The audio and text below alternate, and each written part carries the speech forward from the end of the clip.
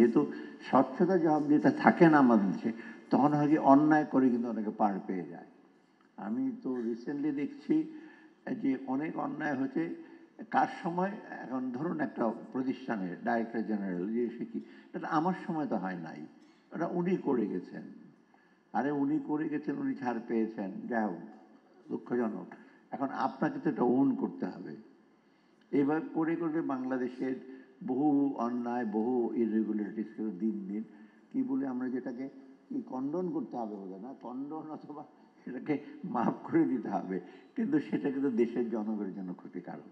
এরকম বহু অর্থের অপচয় হয়েছে, বহু করাপশন হয়েছে, এইগুলিকে খুঁজে পাওয়া যাবে না।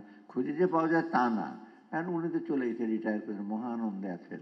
রিটায়ার করে বেশ ভালো ভালো রেস্টুরেন্টে খান দান, ছেলে মেয়েদের ফুর্তি করেন, কিন্তু তাদেরকে আর ধরা যাবে না, কারণ সেই সময় কিন্তু তাদের জবাব দিতে না। কিন্তু অন্য দেশে কিন্তু তা না, চলে যাওয়ার পরে কিন্তু তাদেরকে হিসেবে, সেইটাই কিন্তু সবচেয়ে বড় একটা জিনিস, যে আপনি হিসাব ঠিক রাখবেন, যারা করে এসে তাদেরকে অ্যাকাউন্টেবল করবেন।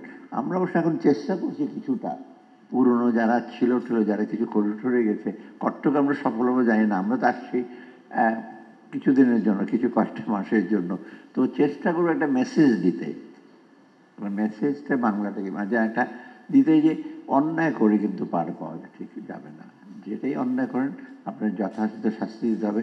আর শাস্তিটা একেবারে অ্যাডহকভাবে না, যথাযথ প্রক্রিয়ার মাধ্যমে এটা নিশ্চিত করে, যাতে অন্যেরা যেন সেটা না করে।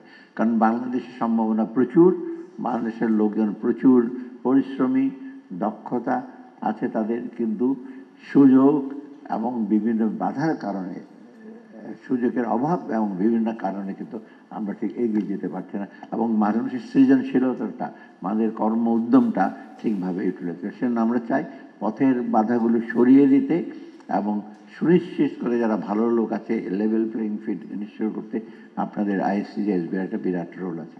আপনাদের সবাইকে ধন্যবাদ।